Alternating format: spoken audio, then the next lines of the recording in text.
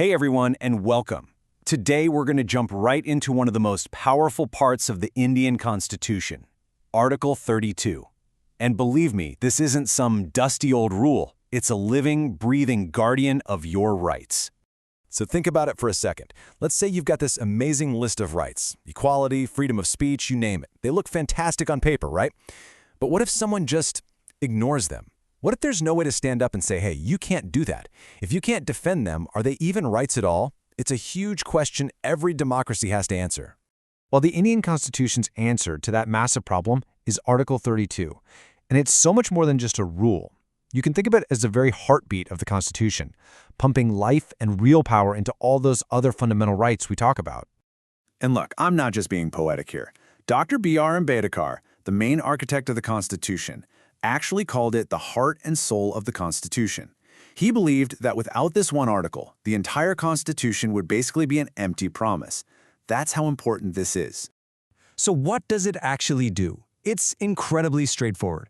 Article 32 gives you, yes, you as a citizen, the right to walk straight up to the Supreme Court, the highest court in the land, if you feel your fundamental rights have been violated. And here's the real kicker. The right to go to the court is, itself, a fundamental right. It's a right to protect your other rights. How cool is that? Okay, so how does the Supreme Court actually do this? It doesn't just send a strongly worded letter. Nope, it has a special toolkit, a set of powerful legal instruments called writs. The best way to think of them is like 5 different guardians, each one ready to jump into action to protect you in a specific way. Let's just run through their names real quick. Habeas Corpus, Mandamus, Prohibition, Certiorari, and Quo Warranto. I know, they sound kind of old and fancy. That's because they're Latin. But what they do is incredibly modern and super relevant. So let's break down what each of these guardians actually does. First up, we've got habeas corpus. This literally means produce the body. So imagine someone gets arrested or detained and their family is convinced it's illegal. The court can issue this writ, which forces the authorities to physically bring that person to court and explain exactly why they're being held.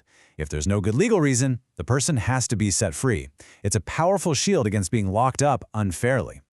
Next is Mandamus, which means we command. This one's for when a public official or a government body is supposed to do something. It's their legal duty, but they're just not doing it. The court can issue a mandamus, basically an order, commanding them to get up and do their job. It's all about holding people in power accountable. Then there's prohibition. This is pretty interesting because it's about keeping the court system itself in line. If a lower court starts to hear a case that it has no legal business hearing, it's outside its proper authority or jurisdiction, a higher court can step in and say, stop. It literally prohibits them from going any further, preventing a wrong decision before it even happens. Now, certiorari is kind of like prohibition's cousin, but it comes into play after a decision has been made. So, if that lower court went ahead, overstepped its authority, and made a ruling, a higher court can use this writ to completely cancel or quash that decision. It's like a judicial undo button. And last but not least, Quo Warranto. It means by what authority.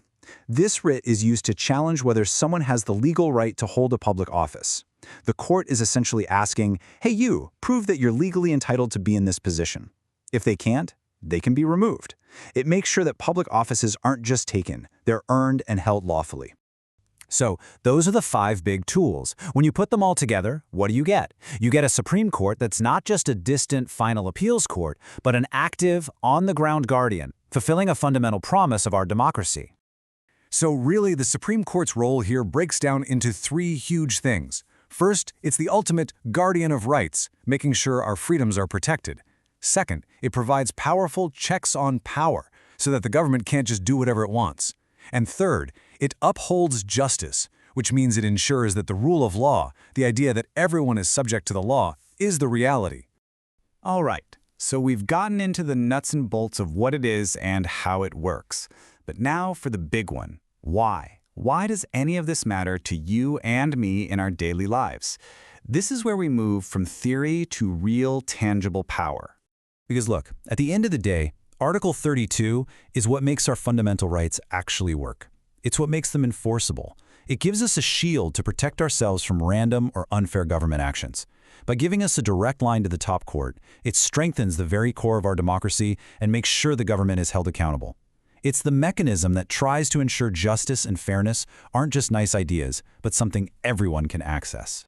Now, just to give you the full picture, there are a couple of important limits. This right can be suspended during a national emergency. And also remember, Article 32 is specifically for fundamental rights. For other legal rights, there are different paths you have to take through the court system. So, let's wrap it up with this thought. Article 32 isn't just a piece of law. It's a key that's been handed to every single citizen, giving us direct access to the highest court to defend our most basic freedoms. It's what turns the promise of rights into a power we can actually use. So the question I'll leave you with is, now that you know you have this key in your pocket, what does that power really mean to you?